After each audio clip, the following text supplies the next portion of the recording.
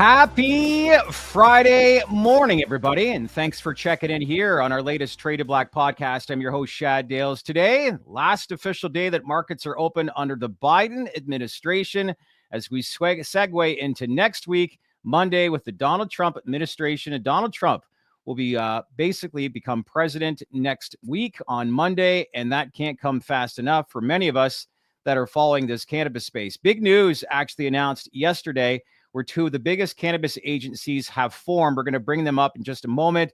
We talk about why this was made and really what are some of the key advantages and opportunities by combining these two entities on pushing cannabis reform moving forward. So let's find out what those are. And first, welcome in Mr. Anthony Varell here on a Friday morning. This is it. You had it in the newsletter this morning. Last day, not the last official day, but working day, markets open under this Biden administration. What are your thoughts? Bye, Joe. Bye, Joe. So long. Thanks for, I want to say thanks for nothing in quotations, as we did get the HHS memo, and I'll continue to give him credit for that. But aside from that, we didn't really get much from him. And obviously we had to wake up this morning with him announcing 2,500 more pardons, no mention of marijuana, no mention of cannabis. Mentioning that it was nonviolent offenders that were mistaken for some reason with crack versus powdered cocaine, and then other antiquated drug policies. Would have been nice to see something comprehensive, an umbrella finally releasing all nonviolent offenders, especially ones under cannabis convictions that are in prison right now. But Joe's just giving us a small parting gift, and I don't want to say he won't be missed, but he probably won't be missed. And now it's time to get to work on the new administration. Absolutely. 2,500 pardons. Do we know how many Trump pardoned back 4 years ago? I couldn't tell you off the top of my head. No. Weldon would be the best man for that answer. Well, strategy is going to be all about targeting the Trump administration. And for what we follow, the cannabis industry and cannabis reform, banking, all that sort of stuff. How will that get done? Well, we're going to learn that right now as we bring in David Culver, Senior Vice President of the United States Cannabis Council, who joins us this morning. Good to see you, along with Policy Director from the National Cannabis Roundtable, David Mangone. Good to see you, Davids. How are you both this morning? Doing well. Good morning. Well. Good. Are you both from Washington? Yes. Is there? I can't imagine getting around that city right now. There's a few streets blocked off, or what? Yeah, there's security perimeters are set up, getting ready for the inaugural. And the city's a big mess. For those of you that are here, you're going to end up walking and taking underground transportation to try to move yourselves around. But I'm here in my secret undisclosed location, safe and ready for the actions that are going to start this evening. Safe. Everybody loves to hear that word in this industry. So let's get into it. News broke yesterday morning involving the formation of both of your agencies, the USCC and NCR. Now it's going to be called the U.S. Cannabis Roundtable, and included in it will be some of America's largest legal cannabis companies that include Cresco Labs, Curaleaf, Trulieve, and GTI, all in an effort, as we know, to advance cannabis reform. David Culver, begin with you. Why did it make sense to combine both agencies, and what advantages can you best describe on how it presents, by combining the two when it comes to speaking with this new Trump administration come Monday? Well, if you can see the big smile on my face this morning, it's really a result of the merger announcement from yesterday. This has been a long time coming, and a lot of our key board members with both organizations have been pressing on us to get this done for quite some time. And my own personal journey on this, when I came into the cannabis space, having worked for a very long time at a significant trade association here in DC, I did see that we had a lot of these trade groups that were advocating often in ways that were not productive to one another. And so what this merger has done is really given us the best opportunity to take advantage of this enormous opportunity that we've got in front of us with this new administration to get cannabis reform done. And we've got great personnel that is going to be collaborating with one another, including myself and David on the government relations and policy front. And I'm very excited about working with him. And our members really recognize that, again, putting the two resources together gives us the best opportunity to get reform done during this next Congress. So I'm excited about it. I'm excited to work with my pal here, David. And I know that our members are really, really pleased that they were able to get this done. So addition by subtraction, we did hear a lot that there are a number of agencies and the left hand needs to speak to the right hand. So this is all about being on one, unified approach. David Mangone, what would you say, as far as opportunities that it's going to present? I know there's a lot of stuff that, Anthony wants to get into as well on what this approach is going to be, but what can you share with this cannabis community on what you want to achieve, moving forward come Monday?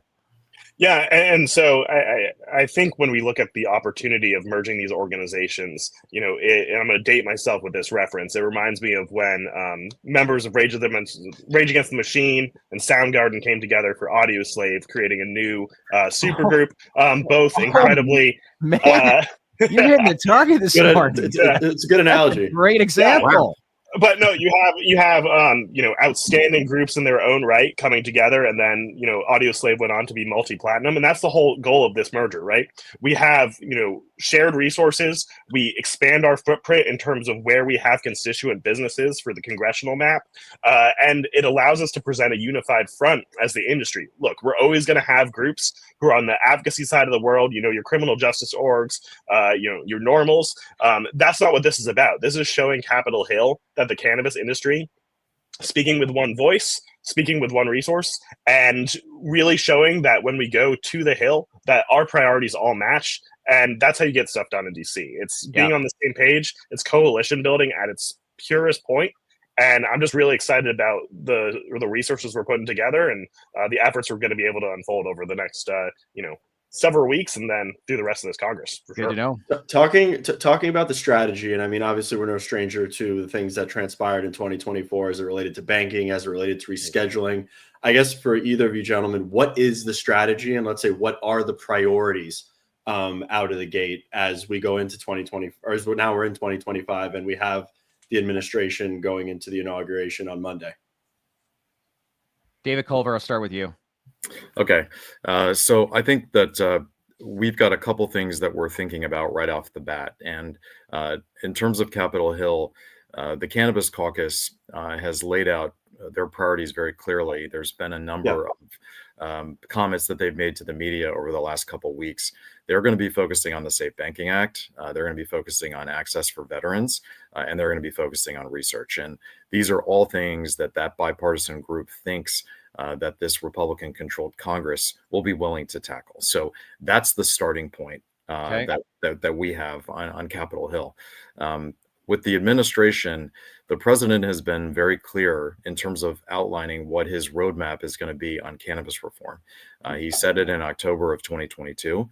So we need to make sure that we are educating folks on Capitol Hill about what the president's intentions are, and of course, pressing on the administration to act on this quickly. We know he's going to act on it per his comments, and really is just a question of when, in my mind. So he hasn't been sworn in yet. He'll do so on Monday. And then, of course, we will be up there, David and I, along with the rest of our team, to advocate for cannabis reform to be taken care of swiftly with this new administration. So you feel confident that he's going to act on this? I do. And I have no reason to think that the president is not going to act on any of his campaign promises. This is a politician that when he says he's going to do something, he does it. And I feel confident that the cannabis is going to be no different. Now, the question of timing is something that is top of mind for me. We don't know whether we are going to be something that they want to get into in the first 100 days. We're going to find that out sooner rather than later.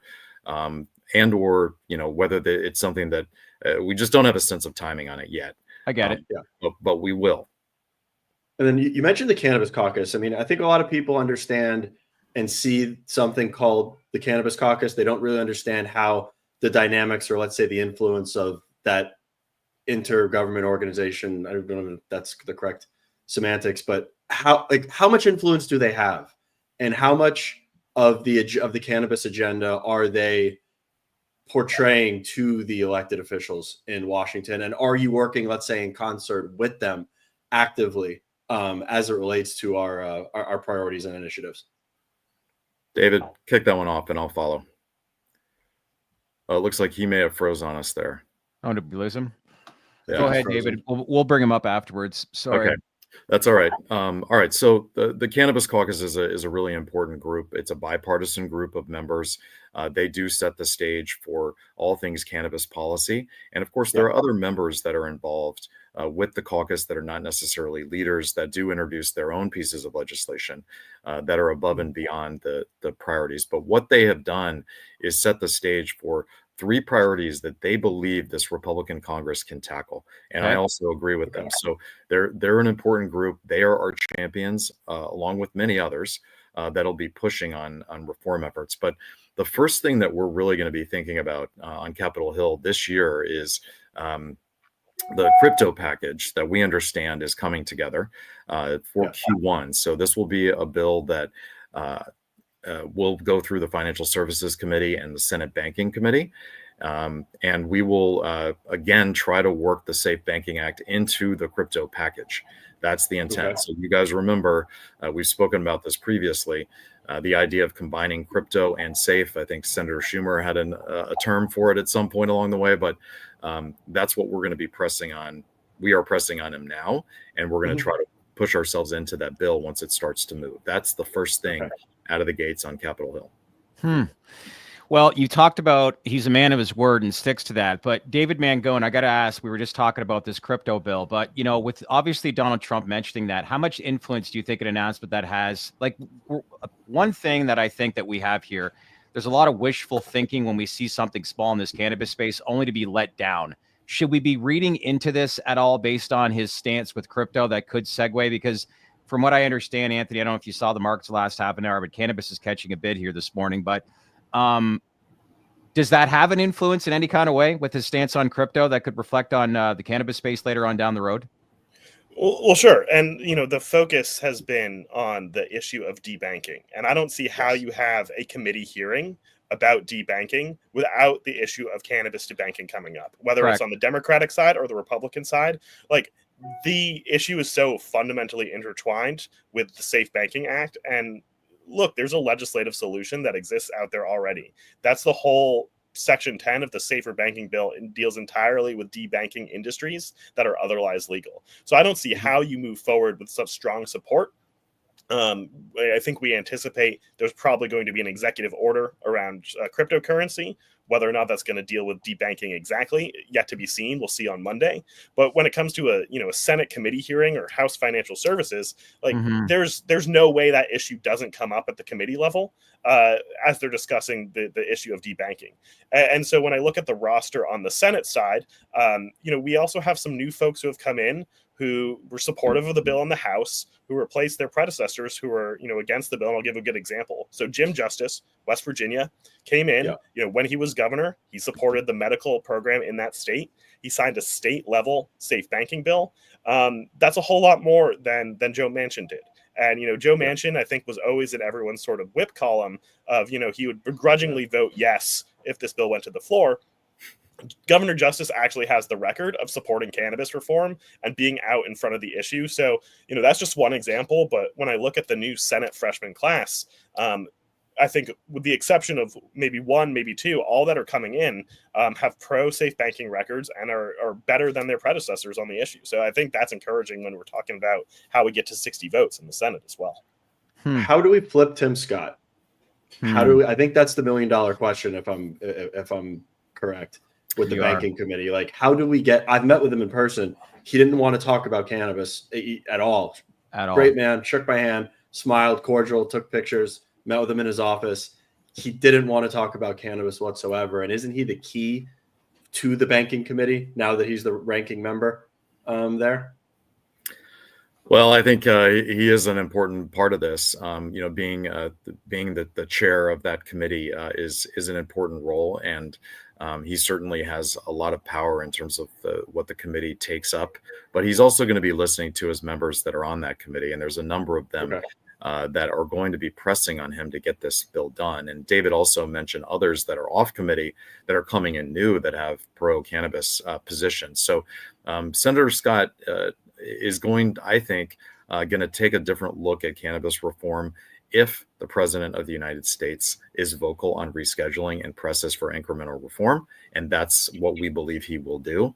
And this is not just applying to Senator Scott, but to many others on Capitol Hill.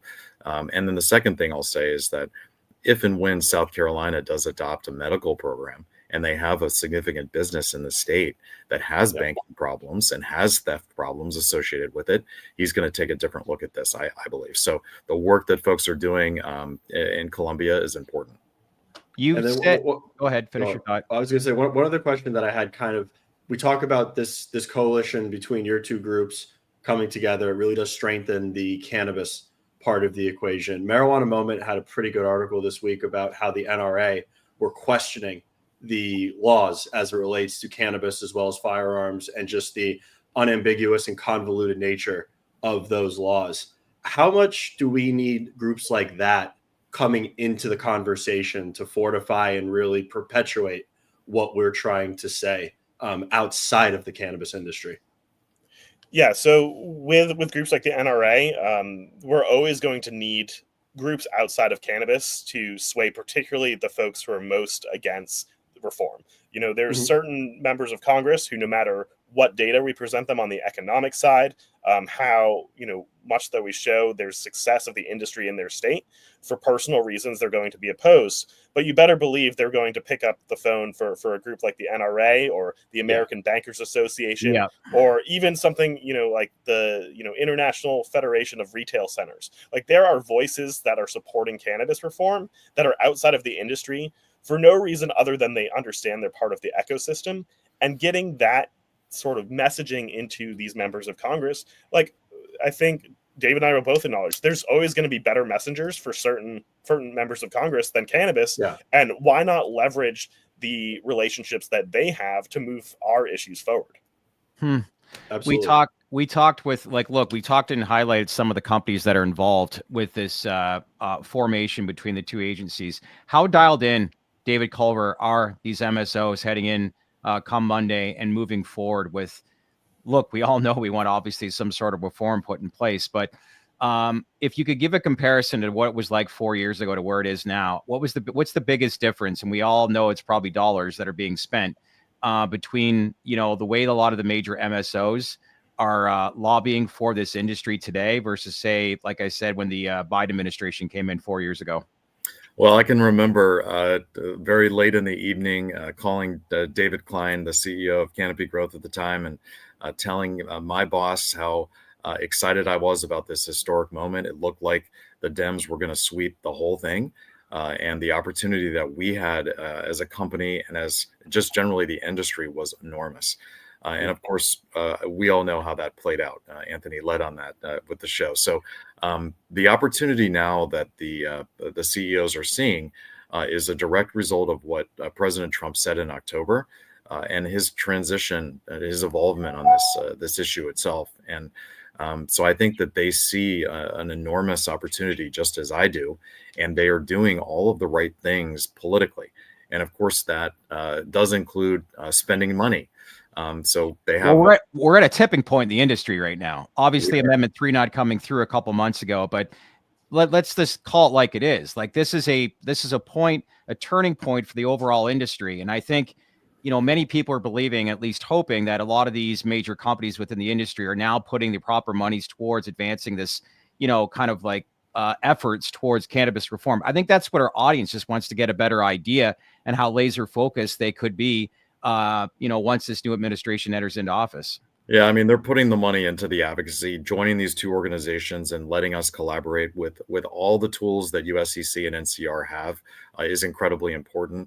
So I think that's number one. Number two, Washington does have, this is very much a pay-to-play situation here on many fronts with PAC dollars and super PAC dollars. So they are going to invest in that way as well. They've invested very heavily into the inaugural to be supportive of this incoming president and the administration. So they're checking all the right boxes politically, and we're getting ready to do all the work. And that's what David and I are going to be focused on with the administration and also on Capitol Hill. Okay, good to know. There was one thing that I was very surprised about when we went to Washington was the lack of knowledge on the administrative front from senators and congressmen alike. With the circus that is going on right now as it relates to the rescheduling hearing, with the current delay, with the way the DEA is acting, is it even a line item on your docket to educate key senators on what's actually going on and the way that one of the, I'd say, paramount three-letter agencies, being the DEA, is acting in terms of in bad faith, let's say, as it relates to this process, and just showing a complete lack of integrity? Or does that really not fall under the purview of the conversations that you're having? No, I mean, it's really important to keep that education and awareness about what the DEA is doing. We had a lot of members, before the proceedings were postponed, basically say, why do we need to look at something like safe banking when rescheduling happens? Or, Okay. what is, and so like when there's congressional inquiries from some of these members, they write letters to the DEA, they write letters to DOJ. Sometimes they go months, if not years, unanswered, particularly if they're in the minority party. So, we know. They don't. I think a lot of people know that, right? Yeah. And so they are, I think it's on us to say, like, look, these processes have been paused. Like, here's what that means. Here's what you can do in the legislative branch to move reform forward. And, I think it's really often very much appreciated. Folks who are handling portfolios that include cannabis, there's very few members of Congress and very few congressional staff who exclusively dedicate their time to cannabis issues. So, they're getting bombarded from associations, with all sorts of different priorities, including many in other, drug reform issues. And so just like making sure that they know exactly what's going on allows them to legislate more effectively, because if they're trying to create solutions for problems that either no longer exist or problems that are a decade old, and I think there's a good argument that safe banking probably could use some updates in terms of what actually it does for the industry. Yeah. But, without having that level of awareness and conversation of what's actually happening both on the ground and through the administration process, we're going to get bad bills. And so it's incumbent on us to make sure that the bills at least are workable, if not good. And we can't do that unless we share what's going on. Yeah. Anthony, I'll just add to that we are also going to be putting a big spotlight and amplifying the president's comments from October with conservative media sources. So this is part of our play this year. But there's a lot of folks that don't know what he said. I can't tell you. Really? Trust me, there's a lot, because Ron DeSantis was on the offensive during the last 3 weeks going into the election, and he was on every night on Laura Ingraham and on Hannity, and that man was just talking about Amendment 3. You got to shut down Amendment 3. We don't want to turn Florida into California. And as soon as he started with that narrative, it gained momentum. I was like, he's got something. And we never saw the other side. No one ever even brought up Trump's comments, which I was very surprised about. Well, especially because it came straight from Donald Trump. Tells you why podcasts are the thing to go moving forward, right? But what do you think we've learned the most? Like, what mistakes have we made as an industry as a whole in the last 4 years? And what have we learned from that, David Culver? Oh, wow. Well, I'm trying to think if I'm going to be polite in this response or not. I think that, first of all, we have an amazing group of people that have been working on cannabis reform issues and trying to move the ball forward for a long time. And that includes David Mangone and the whole team at NCR. I think that we need to be thinking right now about what approach the Republicans are going to be comfortable with as it relates to cannabis reform, because the approach that the Democrats have led with for decades now has not resonated, quite frankly, and it's not moved the ball forward. So my thinking as we get into 2025 is really pushing reform from a states' rights perspective and also a public safety perspective. And I think that's the significant pivot that we need to make, in addition to make sure that we are playing the political game correctly, which, as I referenced earlier, the CEOs of the companies of NCR and USCC have committed to do. Mm-hmm. Well, economic, like I think with this party, when you look at from top to bottom, that's where I think they won a lot of this election. And let's face it, that's what Donald Trump stands for. And, agree or disagree, the Americans obviously voted on November 5th, and it was a resounding yes for him on what he looks at as far as this economy, because inflation, people's everyday way of life, has cost a lot of money over the last 4 years, and they look at his administration as being a better one previous to that. So, with that, and is this wishful thinking, David Mangone, I'll ask you this, but going back to the whole rescheduling angle, could we see, put all the theatrics aside, could there be an opportunity with the right education that he could actually influence the DOJ to put a final ruling, and this hearing really means nothing? Or is that pretty far stretched? So I'll start by saying, on the economic side, we have seen a lot of criticism of the current tax code. I think something that's ripe for intervention from this administration is 280E. It's going to help our larger multi-state operators, is going to help small businesses. And if we want to talk about, creating economic leverage, I think that's a really compelling argument for this administration. As far as interfering with the ALJ proceedings and whether or not, we can just sort of cancel those. Yeah, it's certainly within the prerogative of this new administration. I would imagine, just from some of the possible litigation challenges that Shane spoke about on your show earlier this week, I think you probably set yourself up for a post-final rule litigation challenge if you just bypass the hearings altogether. Of course.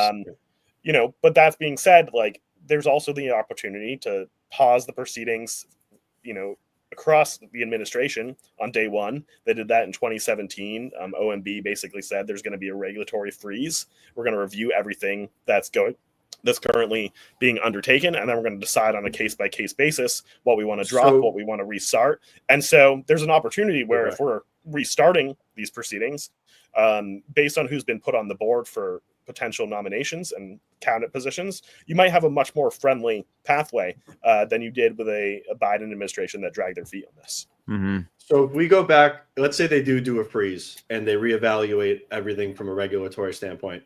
Does that mean that we essentially go back to the starting point where here's the HHS report, here's the OLC memo, now whoever's the acting members of the DOJ and DEA recreate the NPRM to eventually get through to a final rule? It could. And again, it's a case-by-case basis where they do these regulatory reviews. So, sometimes it is a full scrap of regulations and starting over. Sometimes it's picking up in the middle. Sometimes, to your point at the beginning, it's moving right to a final rule. We haven't gotten yet that specificity from the Trump administration in terms of what they're going to do with rulemaking. But Monday should be interesting with the flurry of executive orders that we're expected to see.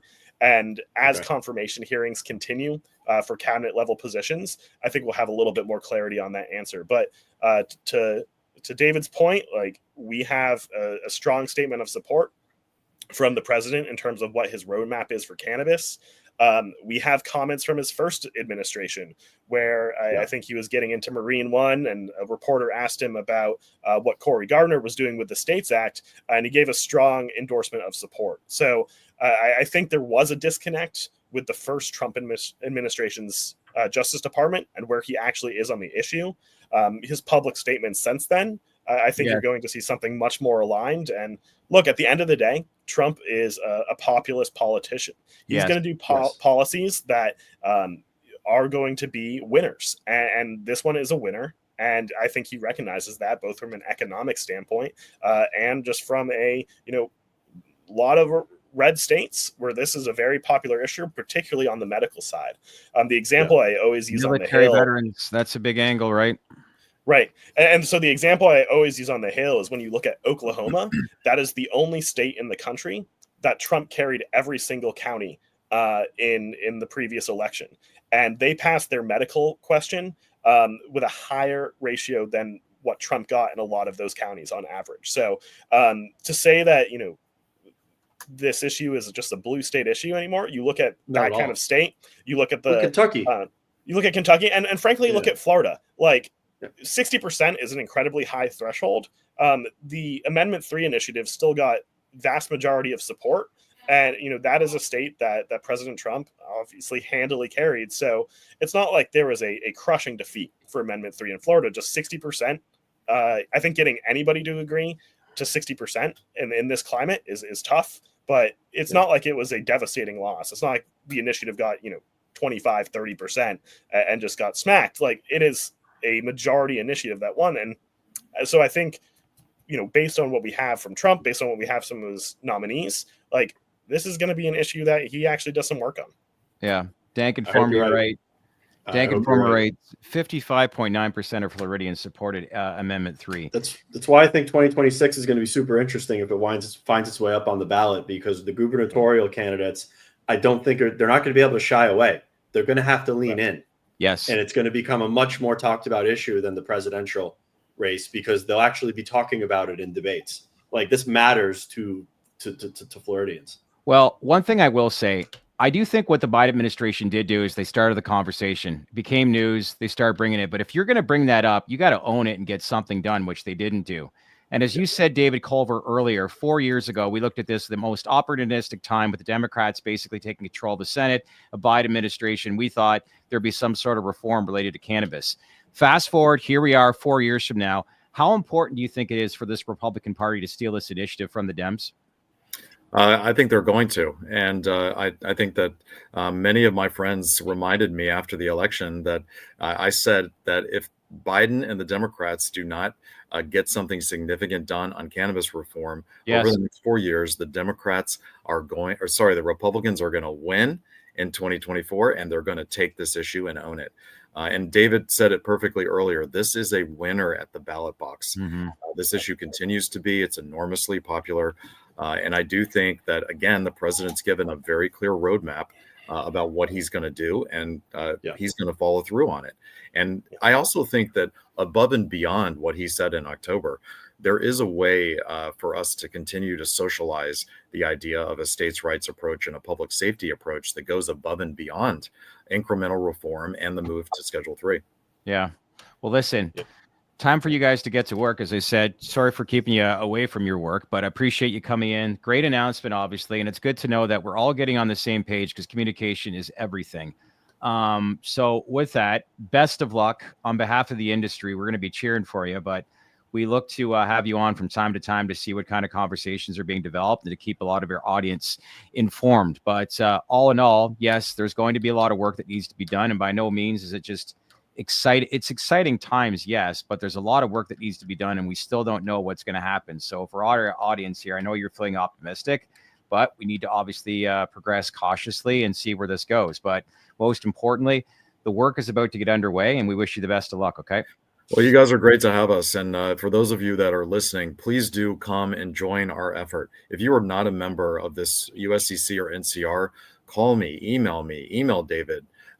We would love to work with you, and we need all the help that we can to take advantage of this historic opportunity. Okay. Yeah, well, we are not just large companies. We have small operators. We have single license holders. We have service providers. So if you are in this industry, you have a spot with our organization. So share our email, share our contact info, and let's get this thing going. We'll put everybody out there. We'll put both email addresses for both of you in the comment section before the end of the live stream. But listen, best of luck. Let's keep in touch. Okay. Thanks for having us. Thanks all. Appreciate it. Thank you. Thank you. Well, that's interesting. And with that, well, best of luck for them, right? And I hope they can get something done. I know they feel pretty confident. Exciting times. And I just want everybody, I just want to give everybody a little bit of context really quick, because we're not trying to be sensational talking about scenarios where potentially the DOJ and Donald Trump come over the top and, let's say, just get rescheduling done. We're bringing those things up because they're hypotheticals. I just want to reinforce that notion. They're highly, highly unlikely, but it is something that could happen. Well, and there's nobody to get a better response from than the people that are actually doing the work and putting in the time and getting the progress done in Washington. So that's the only reason that we're bringing up those scenarios. It's not to give false hope. It's not to be sensational. It's just the reality of it is something like that could happen. We're not saying that it is very likely that it will, because I firmly believe that it's very likely that it won't. I'll bring that stuff up because I know. Yeah, I bring that stuff up because I know that's the community. Maybe I didn't frame that question the right way, but I asked it 2 days ago. Yeah, I'm just reiterating that it's very important to look at everything objectively especially with what we're saying in scenarios around rescheduling. We're not in government policy and we're not lawyers. It's something that crosses our minds. So what do you do on behalf of obviously a podcast? You bring up a question that a community wants to know. So that's why it's brought up and you get the answers. Take it as you will, but we'll bring that stuff up. Exciting times next week once this Trump administration comes into play. And I do know our next guest has actually spoken to a few members from his campaign, presidential campaign, as we bring back Big Mike from Advanced Nutrients. Hey, good to good see morning, you. guys. How are things, my friend? Happy All right, New sir. Year. Can we still Happy say New Year to Happy you. New? Can we still say Happy New Year on January 17th? Yeah, we can. It's been the first time we've talked since the new year, for sure. Good to see you. I know last time we had you on, we talked a little bit about your interview with Brian Lanza. You felt confident you think rescheduling would happen within the first 60 to 90 days of this new administration. Obviously got some interesting news this week about this hearing being pushed back. What's been some of the feedback dialogue since the last time we've had you on with your network? What are you hearing? Well, I talked to Brian this morning, texted him. They're holding their cards close to their chest, as they should, because of the current administration. They're doubling down on some nonsense. I'm glad to see that there's finally these organizations are coming together. The two organizations formed one organization. You know, there's old saying, if you want to go fast, go alone. If you want to go far, go as a group. And that's what we have to do. Look, nothing surprises me. I've been in this industry for 26 years now with Advanced Nutrients, 42 years when I used to be a grower, and nothing surprises me and shocks me anymore. I will say that it comes down to your audience, right? Who is the audience that you're going to be talking to? Quite clearly, the Biden administration wasn't the audience to talk to us about. They weren't interested in it. Now, the Trump organization, they're interested. They've shown desire. They've shown interest. Guys have invested heavily into the inauguration. I believe that they will be successful. One of the things that money does is gets you access, gets you seat time, and then you have to obviously come in and have a good pitch, so to speak. A good pitch. Yeah.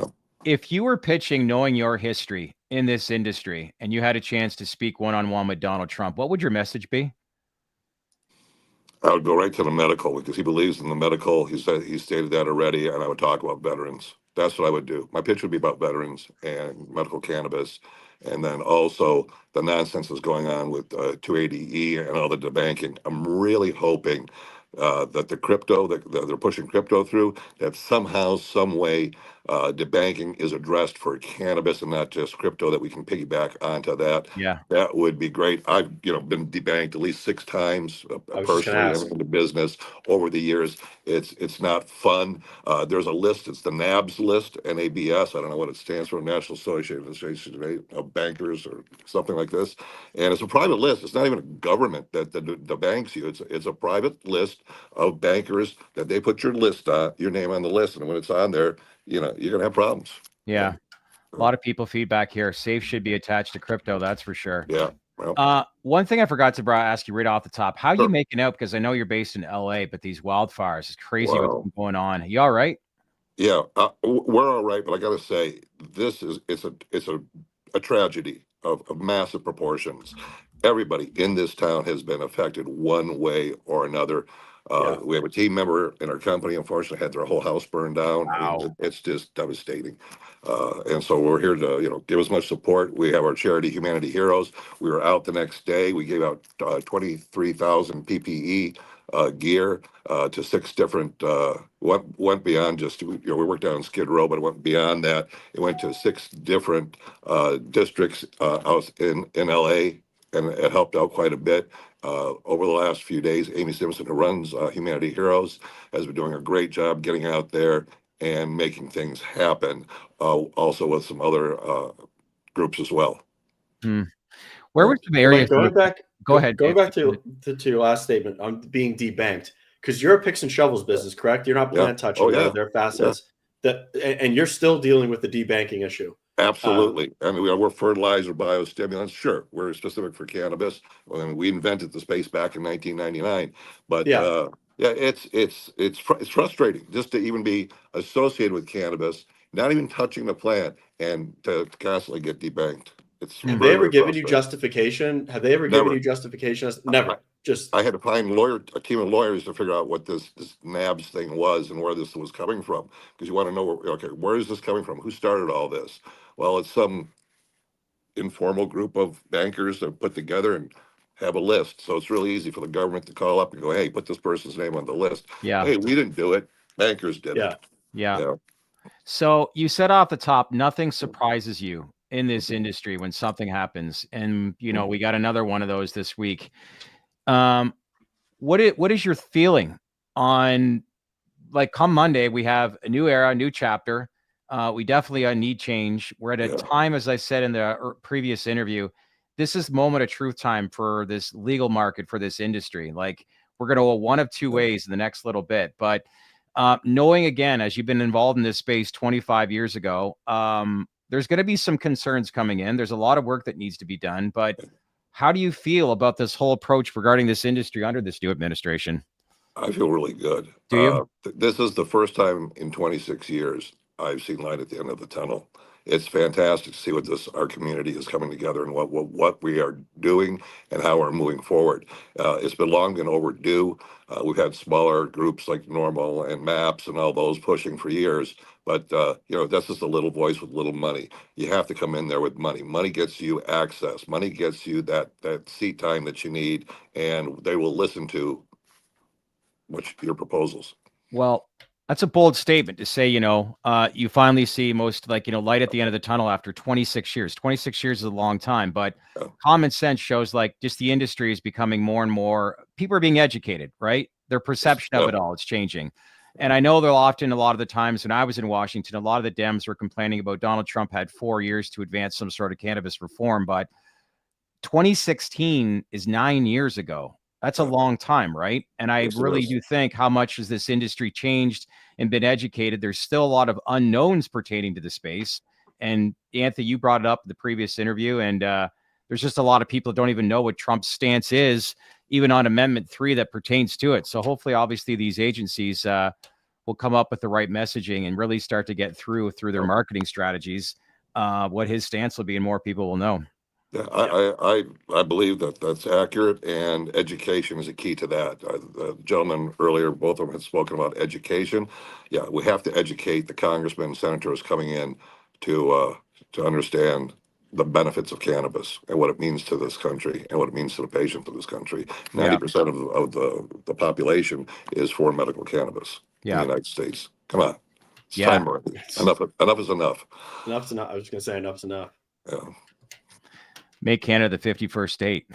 Hey, yeah, but you know, he's crazy as a fox. It's not just when he talks about Greenland and he talks about Canada. What people don't realize, there's a shortcut passageway between Canada and Greenland for shipping lane for the United States of America. That's really why he would say that. Why he did what he did. Yeah, it makes sense. Nobody, I don't know about making the 51st state or buying Greenland, but at least making some kind of pact with them for sure. No one looks at a spherical globe. Everybody looks at a flat map. It makes complete sense when you put it into a spherical globe. 100%. The way that everything comes around the top. And I'm also not condoning annexing Canada or Greenland. I think our foreign policies need to get a little bit more isolationist before they get expansion. There's already military base in Greenland. I mean, they had a nuclear base there years ago in Greenland. Yeah. Outside of that, how's business so far this year? Like, what do you think is, like, what you're looking to achieve and grow heading into this year? Because I know a lot of the times when we first started speaking to you, it's like the idea was really to get through to a lot of companies and a lot of growers within the space. But how's business, and what is, I guess, when you put down on a map what your main goal is, not only for the company, but where you see the biggest growth and trend opportunities here in 2025? What would they be? Well, first off, I see a retracting market because the economy is so bad. I got to say, I'm 64 years old. In my 64 years, I have never, ever experienced an economy like this. You know, they say that one of the definitions of a depression is a global recession. And I've been all over Europe, and money is tight everywhere. We're in a bad situation financially, as not as a company, but just as a people and in general. Now, that being said, Advanced Nutrients is taking market share from competitors because of the quality of the product that we produce. So we're in a growth cycle. You spoke earlier to Simon from Tilray, I believe it was, and he said Yep, on sales are Monday. flat. Everyone's reporting that sales are flat or contracting. However, there is market out there for us. We're the picks and shovels, as you said, and we are definitely growing. We're planning on a 25% growth for 2025. We got one hell of a team. And is that domestic or domestic and abroad? Because I know that you have a lot of business in the EU as well. Yeah, we're global, Okay. so that's domestic and abroad. Yeah, we have a factory in Sao Paulo, Brazil, coming online sometime this year, hopefully within the second quarter. How is that, Mark? What strategic? That's actually funny you mentioned that, because we had actually had a pretty eye-opening conversation as it relates to Brazil on Tuesday with one of the CEOs from Avicana. So you are going after South America, and that entry point is Brazil? We have a manufacturing plant being built right now in Sao Paulo, Brazil. Yeah. Okay. And it's going to service all of South America. Oh, wow. Okay. Yeah. I've heard there's a lot of TAM in Brazil that's coming online as it relates to the growth of the industry. Yeah, medical's a reality there. Yeah. One of our viewers writes, "We'll give you Shad, but that's as far as we go." And I think he's a Canadian. Too funny. Canada needs to maintain its independence. Yeah. Yes. Yeah. Absolutely. It's all humor. We work in media. Don't take everything so seriously. How about Mexico? Actually, Mike, how about Mexico? Are you doing business in Mexico right now? Or is Mexico still... we have a gentleman down there right now who's building an order that's going to be somewhere between probably $2 to $3 million right now. Okay. And so, Mexico is got it going on. Because we were talking about Mexico years ago about going legal from a recreational standpoint, and then that got derailed, I think, with the government taking over. Maybe some other forces or powers that be down there just didn't want it coming online. But that was part of the conversation for a while, was the development of the Mexican the development of the Mexican industry. As Costa Rica too. Costa Rica's moving. Really? Yeah. Is Florida on your radar? We've had a few guests on recently, and they've talked about all the infrastructure that was obviously invested into cultivation and along with numerous things, knowing that they were hoping Amendment 3 were to pass. Now we're seeing, what was the term they were like, what Brady was sharing with us about a week and a half ago, Anthony, about some of the stuff that's on sale with a lot of the product. But saying that, margins are obviously going to be razor thin considering what's happened over there in the last 60, 90 days. But is that a market that, go ahead. I don't know if you want to say margins are razor thin, but Kim might report at 60% gross margin again. True. For the Q. Some of the operators here have quite healthy margins. It's going to be interesting. Q4 is going to be telling. You couldn't be more right in that assumption that the Q4 is going to be very telling for the Florida market. And we did see some heavy discounting from some of the bigger operators. Yeah. At least in December. Yeah, I've spoken to some operators, and a lot of them are just going for price, and they don't even care about quality. I don't care what category in life that you are in. Let's take beer. You've got the Pabst Blue Ribbon, you've got Michelob, and you've got Heineken. There's always good, better, and best. And Advanced Nutrients is after that top 30% who want to grow the highest quality cannabis. And there's a market for that, by the way. And the guys who are growing high quality cannabis, they're getting easily $1,100 to $1,500 a pound, depending on the strain they're growing. Yeah. Further learning more. Does it work? Do your products work for outdoor as well? We have huge a lot of outdoor growers use our cultivator series. Okay. Well, lots to think about. Here we are, last official working day, and markets open under this Biden administration. Come Monday, we're into a new era, which I think a lot of people, as you said, are looking forward to. And take it for what it is. But the Trump dynasty. Yeah, no more voting. Like I said, president, definitely. If there's one silver lining, and there's not much with regards to this administration pertaining to this cannabis space, they started the conversation. But as I said earlier, if you're going to bring something up, you better make sure that you go the distance, which they did not do. And it's interesting to hear from both Davids in the previous interview that they definitely think the Republicans obviously want to steal this issue away from the Democrats. And judging from what you're sharing too, I think you share that same sentiment. Yeah, I would like to see this first term of Trump's term that medical marijuana becomes legalized across America. J.D. Vance, younger, more probably progressive in his thinking, should be bringing on the legalization of the recreational use of cannabis for the United States. That would be a smart play on their part. Yeah, because they could leverage off for J.D. Vance saying that they're going to go legalize nationally. for recreation. It's funny how both Trump and JD Vance have something in common, because Donald Trump obviously had a brother that died of alcoholism, and Yes, he his did. mother has to battle the same issues. So I'm sure they have a lot in common with regards to that sort of an angle. But JD Vance has been vocal about, not really advanced. Well, he hasn't advanced safe banking, but I'm curious to see. He was, I think, a little bit more receptive and open-minded and really unaware of a lot of things when he was on with Joe Rogan pertaining to a lot of this stuff. But like I said, hopefully these agencies have, the right communication, right direction and plan to really educate and bring this to fruition. Because I just think a lot of people are just uninformed right now. And we haven't been there enough as an industry as a whole to educate enough people, I think, over the last few years. Yeah, just like the orange growers of Florida, they have an association. We should have an association that goes out there and campaigns and educates and lets people get them to understand the truth about the benefits of that plant, of the plant, the cannabis plant, versus the reefer madness crap they have in their head. I think it's coming. You've got Pam Bondi and you've got several other pieces that are being installed. Their number one enemy is opioids. Pam saw the opioid crisis unveiled in Florida. She got it under control and she took care of it. She understands that there's also a common denominator with combating opioids to an extent, and it's cannabis reform. She gets it. She gets it. I think that she's going to do what Trump tells her to do, to be blunt. And if it's anything we have seen, like Shad alluded to, Trump, Vance, I mean, you'd be hard pressed to find American families that haven't been touched by some sort of, let's say, drug abuse or alcoholism. And those substances are just running rampant. They're not sitting in Schedule 1. Look at halfway houses. They're giving out cannabis as a way of getting out the opioids. They are. Yeah, they are. I'll be interested to see how much influence RFK, if he indeed looks like he's going to get appointed as HHS. That is a wild card as well that people need to pay attention to. How much influence do you think he has when it comes to policy moving forward? That'll be an interesting one to see how that develops. I think Trump has got the trifecta in front of him. He's got HHS, the DEA, and DOJ. We don't know who's going to be in the DEA. I think he can utilize that. And Anthony, you've talked about going over the top. I wouldn't be surprised if we see that at some point. Yeah.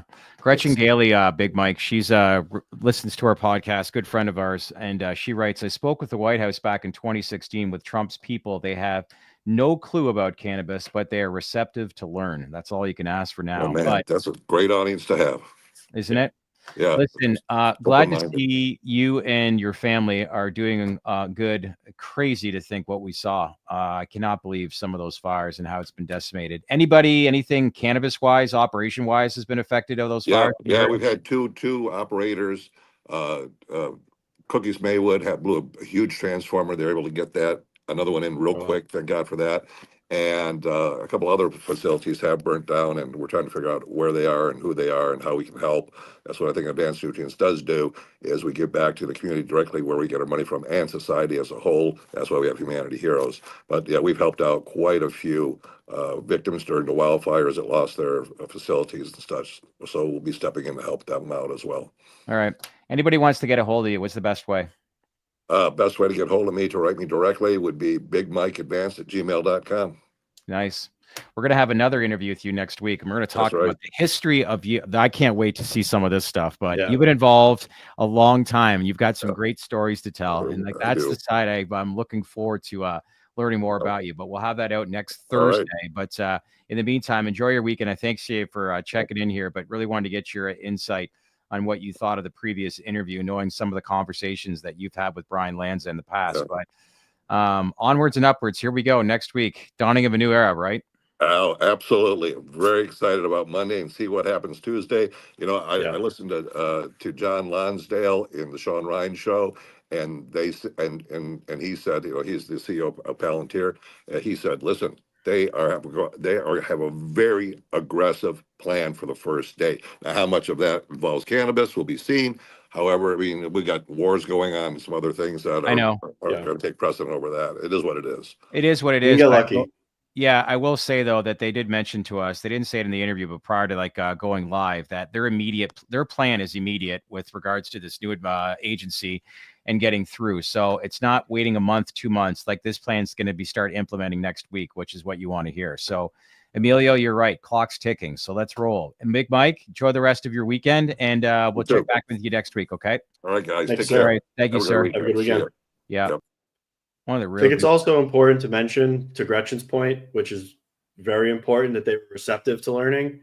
Pam Bondi, Susie Wiles, RFK, Elon Musk, these people understand cannabis. They don't need to be educated. They already get it. They've been involved with it. They understand it. They get it. So that learning curve is also not as arduous as, let's say, it could have been back in 2020 or 2016. Not to mention he's good friends with Joe Rogan. And I know he has nothing to do with what's going on in Washington, but they have a close relationship. And thanks to you, JD Vance was educated on safe banking when we were in Washington. I didn't know what he was going to say. I talked for about 25 seconds, and he was just walking with a straight face. I just respected the man that he gave somebody that randomly walked up to him with a fucking microphone on the street time and was receptive and sat there and had an open dialogue with you. That was about it versus like a Warnock and a Bernie Sanders. And I can name a ton of other guys that were like, you know what? Kick rocks. Warnock. Oh, man. That was a calculated effort, though. There were some senators I didn't know that you knew. Don knew. Gretchen knew. And like, okay, here he is. And I just basically had to process the information in less than 20 seconds on who they are, what their stance was. And then, bam, you just go. So, Tom, what I'm talking about, Pam was at Ballard Partners for a very long time. They were integral and essentially and the main lobbying firm in getting a lot of licenses in the state of Florida. When I say that Pam gets cannabis, she's seen one of the strongest medical markets in the country develop and was part of developing it, whether it was behind the scenes or not. But when I'm saying that she fundamentally gets it, that's what I mean. I don't mean she's supporting it. I mean that she understands the industry and she gets what it is. Yeah. I think a lot of the times that in this industry, do you believe this, that sometimes the dialogue where people push back, they get recreational adult use mixed up with actual medical? When you look at Sam and some of their approach, you know. So Sam said something this morning that was actually awesome, which we can all agree upon. And it was going after illegal Chinese grow operations in states. Sam do have valid points sometimes as it relates to harm reduction and let's say logical thinking for the illicit market. The lines just obviously get very blurred when they start to openly combat things that we've proven with data and studies. Yeah. Ty Grower, he said, Pam does what Trump wants, as Boris pointed out last week. Yep. May have a very good point. All right. This wraps up today's podcast. Great one. Great show. Hope you guys all our people got a great amount of information. And again, trying to, regardless of how you view us or how you want to interpret our information, all we're trying to do, we're not pushing any stocks to buy or anything like that. We're just bringing on thought leaders to educate the overall industry. Do I think things are a little bit more optimistic when Trump gets in? Yes, based on what we've heard. But at the same time, too, there's still work that's got to be done. There's no guarantees. So I know everybody that's here wants to see the advance to the industry, Anthony and I included, but there's work to be done. And there's still unknowns that are going to take place. But with that, I think everybody's excited to learn to see how these things transpire. And come Monday, we are into a new era, which I think everybody's kind of been waiting for quite some time, given what's happened in the last 4 years. Absolutely. Also, I know Wednesday was quite an incendiary episode with Shane, and that's a real hot button topic right now. If you haven't read it, I would strongly suggest going and reading the op-ed that Marijuana Moment ran yesterday that had Michael DiGiulio basically stating the other side of the pillow as it relates to the argument and the delay and the strategy as it relates to the ALJ hearing. Yeah. A few of you before we went live here too, and apologies, I got ahead of myself, but I'm trying to get Joe Caltabiano on. He was traveling for a good portion of this week. So I wanted to have him on today. Hopefully, I'm still reaching out to him, sending him emails every day, but hoping we can get Joe on to talk about that lunch that he had with Donald Trump a week and a half ago. So I'll keep you posted on how that develops. And again, hope that he gets on. And if it is pushed back a couple of weeks, then my sincere apologies to everybody out there. But anyways, it won't. We'll get it done. Just give us a little bit of time. Again, Tom's not wrong. That's logical thinking. It is a scenario though. So if it is, we're going to talk about it. If it materializes, great. If it doesn't, we're back to the same 4 years. But we kind of got to roll with the punches and work with what we got. And unfortunately, those are the connections, and that's the president that we got right now. Yeah. And we need reform. So while we're not wishfully thinking it, I mean, we'll continue to kind of call out the scenarios as they transpire. Agreed. You know what makes good theater is getting peoples with different perspectives and different opinions. So Tom, I know we've reached out a few times. If you ever have the opportunity or would like to come on here to the platform, I'd love it, you know, and I think that you've got a voice, you've got some valid things to like, you know, consider as well with regards to the industry, but I'm all for hearing people from all different aspects on how they view this industry because it creates great conversation. And anyway, make sure to scan that QR code. Keep up to date. We're going to have some really important information going out early next week pertaining to this Trump administration and what our analysis about what we can expect moving forward. So make sure you scan that QR code, subscribe to our Baked In newsletter.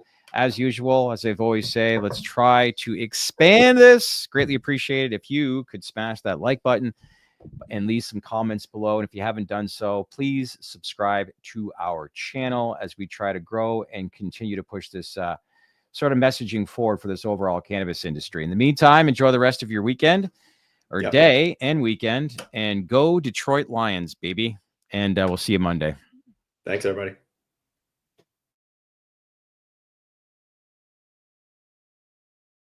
Hey, everybody. Stay connected here at the latest Traded Black podcast. Another great episode under the belt. What'd y'all think? Do you like what we had to say? Please leave any comments below. And as usual, make sure to subscribe to our Baked In newsletter. Check us out on Apple and Spotify. And if you haven't done so already, make sure to smash that like button, leave some comments, as I said before, and subscribe to our channel because we wouldn't be here without you. Thanks again, everybody, for watching.